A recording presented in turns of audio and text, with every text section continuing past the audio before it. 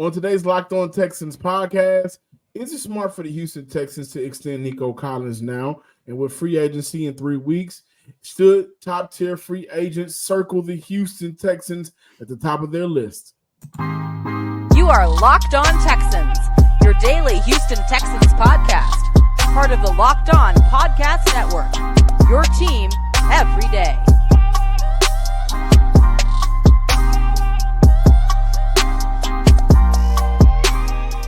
Welcome, Locked On Texans fans, listeners, and viewers to this Monday episode. Make some noise, Monday. This Monday episode of the Locked On Texans podcast, a part of the Locked On Podcast Network, your team every day. If this is your first Monday stopping by, either watching or viewing or listening to the Locked On Texans podcast, thank you for stopping by. Please be sure to subscribe, like, and comment on YouTube and wherever you listen to your podcast. And thank you for all of our returning listeners coming back for another Monday and another Monday and another Monday of the Locked On Texans podcast. I'm your Texans football analyst, John Some Sports Guy Hickman, on the other side of the screen or on the other side of the microphone. Texans Credential Media member, Sports Illustrated's own Cody Davis. Today we look at CJ Stroud, this triple star athlete. He can do it all. CJ can do it all. and that includes, being nice and driving, hopefully, allegedly. CJ Stroud to close out the show. Is it smart for Houston to go ahead and get a deal done with Nico Collins right now before next year? We kick off today's show just looking at the idea of, is there real competition during free agency for the Houston Texans? But I do want to let you guys know that today's episode is brought to you by FanDuel. Make every moment more. Right now, new customers get $150 in bonus bets with any $5 winning bet. That's $150. If your bet wins, visit FanDuel.com/locked-on to get started. Cody, there are 31 other teams that the Locked On Podcast Network is going to cover. And those teams, whether it's internal, whether it's, external, when March 11th rolls around, those teams will be looking to fill their roster spots. You got some of the bigger names. You got some of the tier 1 names. You got guys you want to bring back. But are the Houston Texans one of the top teams, should be considered one of the top teams in the NFL in terms of landing tier 1, tier 2, tier 3 players? Have they done enough in 1 year to turn this franchise around to go from last place on everybody's list, where they get like the bottom of the barrel players, and no disrespect, but are they now like the top? I want to go to Houston. I want to go play for CJ. I want to go to the state of Texas and play for this franchise. Where are they now? They are top tier, and they should be at the top of everybody's list. However, I do not believe it's as easy as you and I, other fans, other reporters have been making it seem out to be, because as of right now, the Houston Texans led by CJ. You got Tane Dale, you got Nico, who we're going to talk about in the second segment. You have a pretty solid offensive line. The defense looked really good. Headlined by head coach Nico Collins. You have a really good, speaking of head coach Nico Collins, you have a really good coordinator and Bobby Sloyd. Matt Burst on his same, like the Houston Texans are the hottest team in the league right now. And like I just mentioned, John, they're definitely going to be at the top of everybody's free agency list. And not only are they the hottest team, they are entering free agency with nearly $58 million to spend. However, I do believe that they're going to have some competition when it comes to trying to sign some of these big name free agents, because you take a look at the Indianapolis Colts, who are coming in with nearly $59 million. You take a look at the Cincinnati Bengals, who are coming in with $59 million. You're looking at two teams once again in the air. Look, the AFC South is about to be a dogfight for the next couple of years. Yeah. But you're looking at two teams who are just as hot, like the Indianapolis Colts, or a team that is a little bit further along with their rebuild, already launched into championship contention, as in the Cincinnati Bengals. I understand that Cincinnati had a down year, but it was all due to injuries. If Cincinnati stays healthy throughout the 2023 season, this whole AFC conference would have looked a lot different. Because if you asking me, I look at Cincinnati, if everybody is healthy, as the third best team in the conference behind Kansas City and of course Baltimore. But John, knowing that you have another hot young team in Indy, championship contention team in Cincinnati, I think the Houston Texans are going to have a run for their money. Now, I do want to mention this before we start comparing whether or not how the Texans stack up. Even though Cincy has almost $60 million like the Houston Texans entering free agency, they do have quite a bit of big name free agents themselves that they got to retain. T. Higgins, DJ Reader, and that's only their main two guys. But when you take a look at the Indianapolis Colts, I don't cover them, but from the outside looking in, it seems like they are, somewhat set on the offensive side of the ball. But at the same time, on defense, I'm pretty sure they're going to want to beef up their defense, especially their secondary, knowing that within the AFC South alone, they're going to be going up against CJ Stroud and Trevor Lawrence, 4 times throughout these next couple of seasons. I think for Houston, the money, like I said, that's not going to be what draws people in. I think it'll be the coaching. It'll be like, okay, I can go play. If I'm an offensive player, specifically if I'm a receiver or tight end, I can go catch from CJ Stroud. If I'm a defensive player, I can go play under D'Amico Ryans. And also they got guys on both sides of the ball. If I'm an offensive player, they already got, regardless of how you feel about them in terms of money or whatever, but they got Larry Tunsil. They have, regardless of how I may feel about them, they also have Titus Howard. So they got 2 bookends. They also have, again, CJ. They got Tank. Nico Collins just had a breakout year. They got pieces on the offensive side of the ball. Defensively, they have Derek Stingley. They have Christian Harris. I could be able to come in and help elevate this team defensively in this area. In the other area of this team they've already been good at and solid at, I could just come in and just keep them afloat or even add to that. So for looking at whether or not this is a top destination or if other teams can be competitive, ask yourself this: do I want to go play in Indy or do I want to go play in Houston? Well, remember now, you still have Cincinnati, and that's why I made that statement.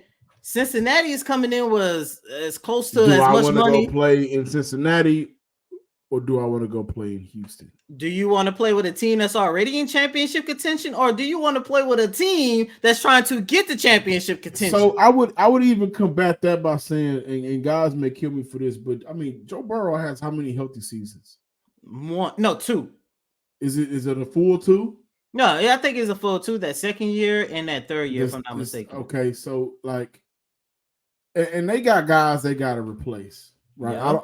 I see them maybe tagging and trading T. Higgins. I don't know, but there was a report about releasing Joe Mixon. That report also floated around a little bit last offseason, so I don't know how much that is going to be true and hold weight. But again, if you're coming up and your agent says, hey, we got Cincy, who got Houston, do you want to go play in Cincinnati, Ohio? Do you want to go play in Houston, Texas? So I think now that this team has shown that they can be competitive and they can win ball games, and this isn't the same old ball club, now if I'm a free agent, I'm looking at it, and I could be completely wrong, but I'm definitely looking at, well, Cincinnati is super cold. It snows. It's gray a lot up there in Cincinnati. The weather is not ideal for me. Houston, it's the 4th largest city in America, the best city in America. They got great food options. The women out here are amazing, right? The perks is different when you look at Cincy compared to Houston. But ultimately, I think it does come down to 2 things. Do I want to go play, if I'm a defensive player, do I want to go play under D'Amico Ryans in that defense? Do I want to go play with CJ Stroud if I'm an offensive player? And for Houston, this is the real question. How will they sell themselves? They already have, like I just mentioned, 2 very good selling points. But I think ultimately overall, you got to show guys, hey, this is what we're doing to not only just be a one and done type of team. This is where we're improving to not only be we were here this year, we shocked the world, but the other time we ain't doing nothing. This is our game plan. This is our blueprint to success. This is how we get there. And we believe that you can be a very important roadblock to that success, to that path of success. Can you come here? And also, when you get here, we got great food options. We got, the women here are beautiful. The weather, when it's not bipolar, is amazing. Houston, yeah, especially I, up in Indianapolis. Hey, they have no fun up there right now. The All-Star game.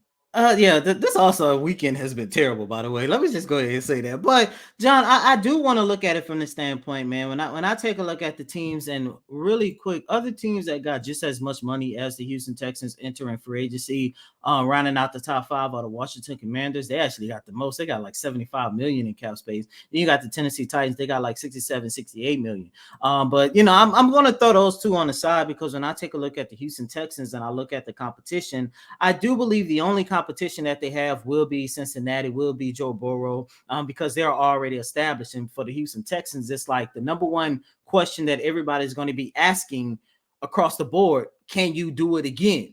Keep that in mind because that's going to be the number one question that we ask in terms of whether or not the Houston Texans should look to extend Nico Collins now or wait till next year. However, John, really quick, I do want to ask you this: how much do you think the emergence of Indy along with Anthony Richardson could play a factor into this? Because I understand Anthony Richardson only played 3 games, but he looked damn good in those 3 games. Plus, you take a look at what Indy was able to do with Gardner Minshew. It's like, okay, if they get their starting quarterback back, how much better can they get? It's just an interesting thought just to know that, look, free agents out there, they're gonna have a time trying to weigh between Houston, Indy, and Cincy. And your question is, how much of a factor do I think Anthony Richardson? Do you think that can actually play in a factor, as in like Not it can much. with Joe Burrow and Cincy? Not much. Guys didn't get a full season of him. That's it. That's fair. Just that's it. I don't think it'll play that much of a factor. I actually think Indy, who I believe will continue to build upon their season to be a good team.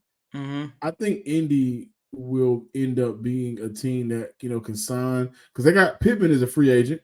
Retain a couple of. They're gonna retain him without retain some of their guys, draft well. May hit on a couple of those free agent guys, but I don't know if we're gonna see Indy land a couple of big name guys. I think that they're just going to be very well coached. They're going to draft well, and when they come into next season, hopefully with a fully healthy Anthony Richardson, that may be the most competitive team in this division for the Houston Texans. Get buckets, not like Jaylen Brown, by the way, or the dunk contest. You don't want to get buckets like that. If you end up getting buckets like that, then you don't need to log in on FanDuel. But you can get buckets with your first bet on FanDuel, America's #1 sports book. Right now, new customers get $150 in bonus bets with any $5 winning bet. That's $150 in your pocket if your bet wins. Bet on all of the favorites of your favorites NBA players and teams. Quick bet, same game parlays, exclusive props, and more. Hey, just visit FanDuel.com/locked-on and shoot your shot. Don't shoot it like Jaylen Brown, by the way, because you're going to miss your shot. Just log on, shoot your shot your way with FanDuel.com. FanDuel is the official sportsbook partner of the NBA. Welcome back in, ladies and gentlemen, to this latest installment of Locked On Texans. Before moving on, we do want to send our condolences to Mark Lane, former editor of the Texans Wire, one of my former editors, man. Without him, I probably would not be sitting here today as advanced as I am in my career.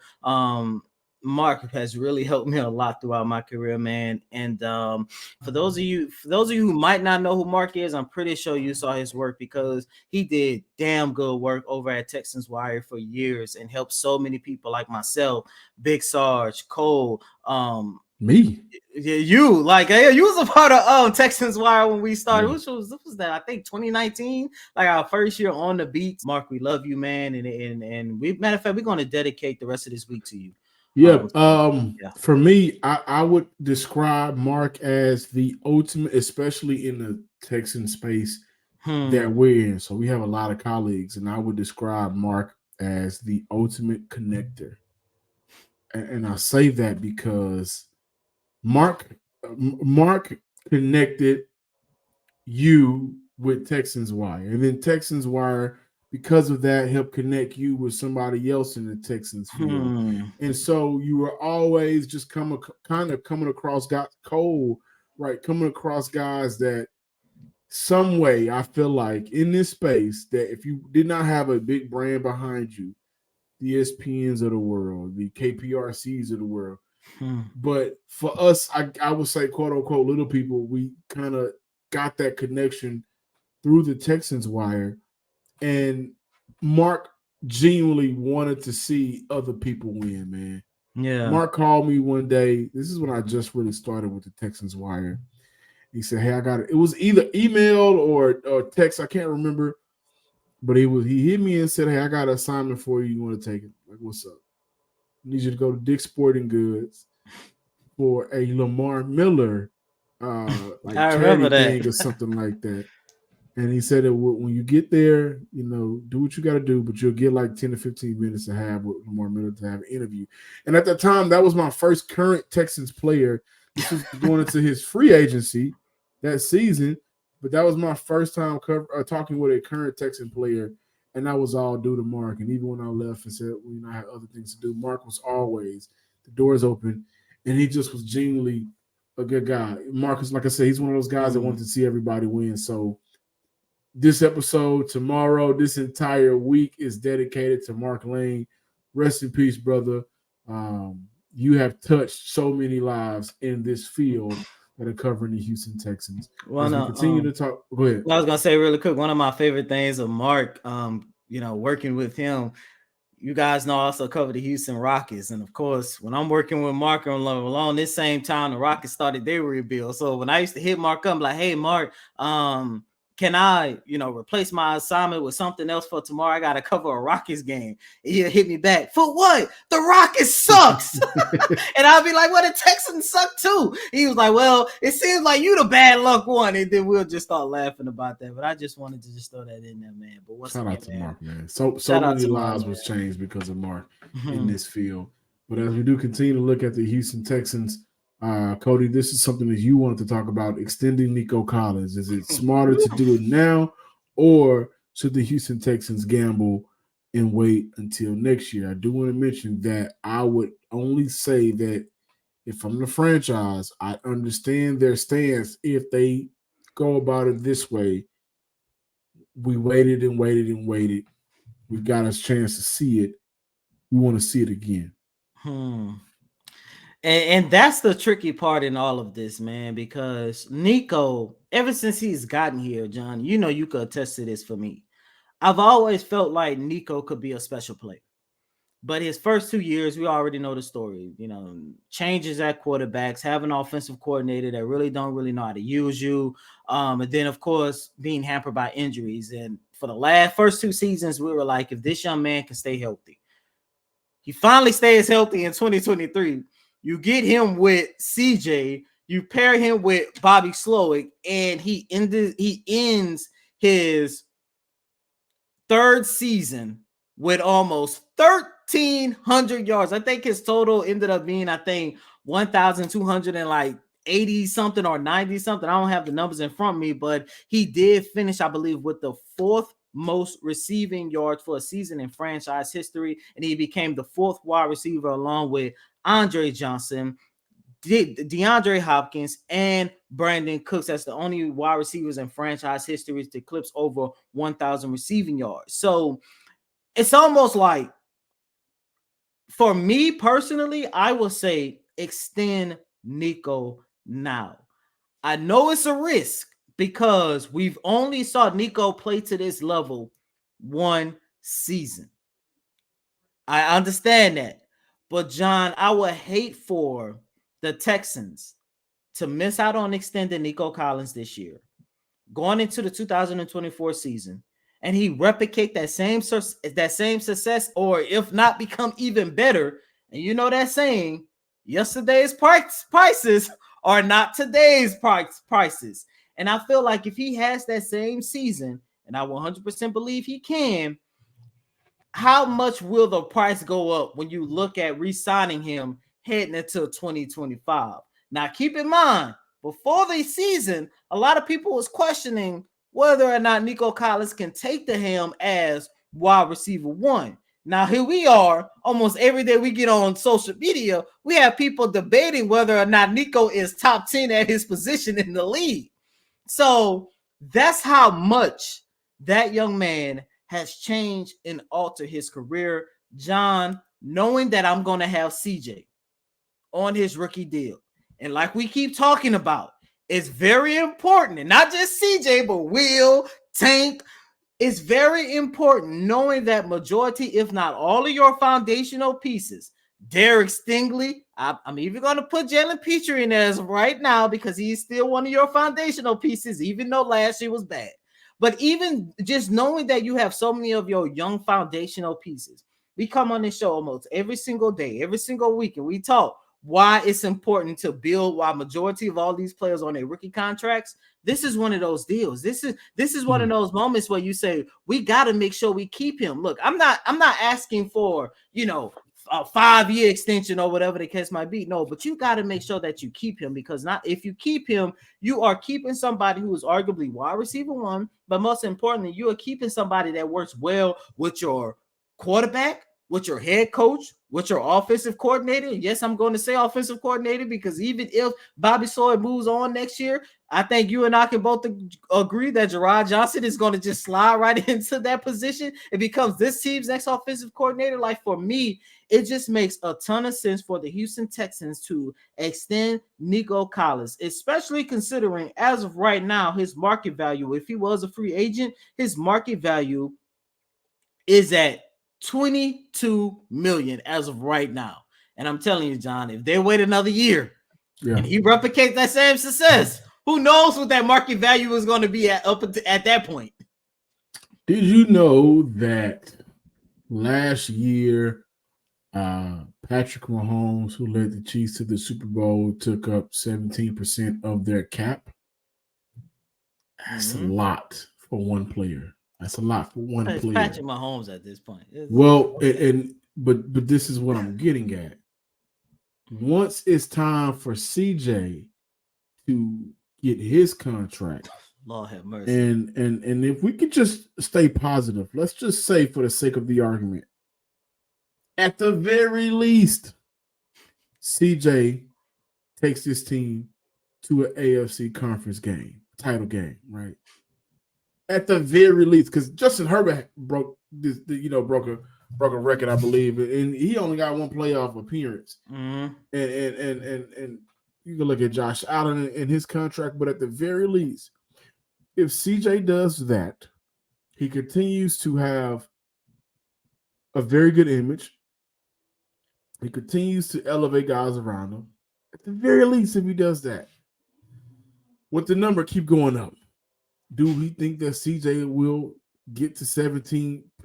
Better yet, the question should be, will he surpass 17% of the Texans salary cap? His agent is still David Mulligetta, right? Will that happen? I could see that being a situation where we look up and CJ is commanding nearly maybe closer to 20% of this team's salaries cap space. Mm-hmm. And once you get to that point, that's when you start to be a little bit more limited in a sense of some of the things that you can do in terms of signing players. And I 100% agree that getting Nico Collins' deal done right now is the smarter route to go, because go ahead and make sure that the player that you are investing in is invested in. Mm-hmm. And Nico has shown you to be a player. How many 100-yard games? Was it 5 this year? Yeah, I think it was 5. Multiple games. Crazy. Over 120 yards, nearly a 200-yard game. Twice. Right? He almost did it twice. Twice. And then having to, when Tank Dell go out the last 7 weeks of the season, really having to carry the offense because there was never another consistent weapon outside of CJ and Devin Singletary had his moments and Schultz had his moments, but it was Nico. It was CJ on the offensive side of the ball. It was Nico. And you want to keep that around. again, I could understand if the franchise said, man, listen, we really want to get it done. Two things. Can we replicate? Can we find somebody to replicate what Nico Collins was able to do last season? And every day on Twitter, I find every different excuse for some guys to say, well, you can get somebody else for Nico, or Nico isn't that, Nico isn't this. And I think it's absurd that that's still a question. Because for two, it would be, if I'm a front office, can you do it again? And I will go, if I'm going to bat for Nico, I would go and say I would have done it my sophomore year. Guys, I'm not even talking stats. I'm not talking numbers on this. And Cody, you've heard me say this. Sarge has heard me say this. Guys on Twitter have heard me say this. I want y'all to understand how much better of a NFL player and receiver Nico Collins got from year one to year two. That freshman to sophomore jump was insane. What you did not see was a guy that was able to give him the ball consistently. And that is what the big difference is. If Nico would have had CJ in sophomore year, we wouldn't have this conversation because it would be a no question. It would be a no-brainer that you get that deal done. And so, again, front office-wise, you may want to see it again, but guys, you got me the quarterback I produce. Plain and simple. The quarterback is here. Now, what I was able to work on, the intangibles, the athletic side of the game, right? And there's still things you can work on, but you gave me the quarterback and I got here. So, yes, the money that he was signed for an extension would not hurt this year, of course. Wouldn't have nothing to do with this year's salary cap. It'll kick in next year. And when that $23 million kick in, you will still have enough money to go out there, especially if you draft correctly, to make sure that you fill other holes while having one of your better players locked in. You don't want to risk losing him, and then now you're really stuck by saying you're really stuck and saying to yourself, how can we get who's out there? Who can we get? Can we draft? No, you had him on your roster, you should have got him locked in. And I think that's a smart thing to do right now.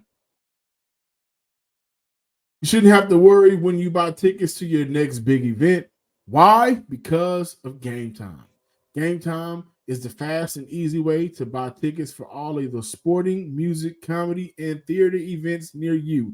With killer last-minute deals, all-in prices, views from your seat, and their best price guarantee. GameTime does what? Takes the guesswork out of buying tickets. What are some of the best things that I like about GameTime and my experience with GameTime? Well, I'll say this all the time. My views from the seat in a venue option is my favorite. Also, the lowest price guarantee and event cancellation because of job protection loss, the whole nine. If you can't make it, they will refund you your money. Also, zone deals. You pick the section, GameTime picks the seats for big time savings. Download the GameTime app right now. Take the guesswork out of buying tickets with GameTime. Create an account. Use code LOCKEDON for $20 off your first purchase. Terms apply. Again, create an account. Redeem code LOCKEDON, LOCKEDON for $20 off your first purchase. Download GameTime today. Last minute tickets, lowest price guaranteed. Welcome back in, Locked On Texans listeners and viewers. CJ Stroud has had a very interesting last couple of days. The Amber Rose thing. Listen, so I've been waiting to talk about this, but you can tell Texas fans have the worst case of PTSD for sports fans right now, because the moment that video came out, I saw one tweet and I thought that was absurd. Oh my gosh, he's turning into Deshaun Watson right now. I saw that one. You got guys praying on social media. Goodness. You got guys saying, please, Lord, don't take him away from me. Please, we need him. We just had Deshaun in this mess. Let us keep CJ. I thought that. And then Emma Rose, she puts out her post. I was left at the stadium. He took me home. I'm going to tell you right now, I think Mama Stroud made the call. You better put this out. My son ain't going through this. Not until we get that 20% of the contract. But oh my gosh! All jokes aside, because I'm partially joking here, but CJ, he can do it all. He had a very good last 5 days. He really can, man. I'm getting to the point now. I'm starting to think, what can't CJ do? Because all of this started Thursday at Travis Scott's celebrity softball game at Minute Maid Park. He came in second. John, this is a franchise quarterback for the Houston Texans, who we literally just found out. I want to say maybe an hour or two before the home run derby that, oh snap, CJ Stroud actually played baseball before, but it wasn't like nothing too serious. He said CJ Stroud finished second in the home run derby. He hits 7, not 1, not 2, not 3, not 4, not 5, not 6, 7 home runs during the home run derby. The game starts. Not only does his team win, by the way, his team did beat Tank Dell's team, which Tank Dell didn't play. He looked good, jogging around the diamond, doing the warm-ups, walking, so that's a good sign. However, Tank Dell was the coach of the black team, and CJ Stroud was one of the players on the white team. And CJ not only led his team to victory, but the young man also won MVP of the softball game. So that was Thursday. 24 hours later, he goes to Indy and competes in the Celebrity All-Star game. He was a part of team Stephen A. Smith. They lost to team Shannon Sharp. But CJ Stroud, 30 points on inefficient shooting. Inefficient shooting, by the way. I think he was like 0 for 8 from behind the arc, if I'm not mistaken. But the fact that he dropped 30, by the way, Michael Parsons was MVP of that game, dropping 36 and I think either 14 rebounds or 16 rebounds. But yeah, like triple star athlete. Like, what else can this man not do at this point? Like, CJ Stroud is a special young man. That's all I gotta say. He's not good at something, right? Now we gotta get the hating on him a little bit. Can he barbecue or not? Is CJ? I mean, he's from California, so I'm gonna say that's why I'm gonna say no. Nah, but all jokes aside, man, to have somebody represent their franchise as well as CJ has is phenomenal. All things considered. And I do mean all things considered, which is why I think a lot of fans were just kind of like panicking, freaking out, like, please. CJ also attended University of Houston's basketball blowout victory over UT Saturday at the Faceta Center. Now, forget what he can't do. So he likes cool. He likes. Hey, forget what he can't do. At this point, does this young man sleeps? Because depending on the events that took place between the softball game and the basketball game, there's a good possibility that he did not sleep.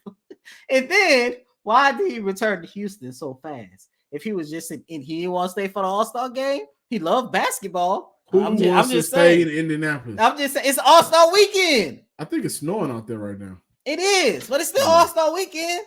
Well, guys, just know this quarterback, he's protected. He's gonna be all right, y'all. Y'all don't gotta panic and flip out.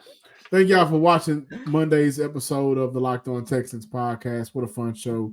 Again, rest in peace to our Texans colleague, man, Mark Lane. Thank you for all you've done for us. Please be sure to subscribe, like, and comment to the Locked On Texans podcast on YouTube and wherever you listen to your podcast, and follow us on Twitter at Locked On Texans.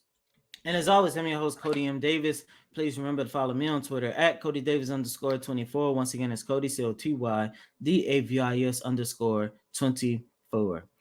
Until next time, ladies and gentlemen, peace. Peace.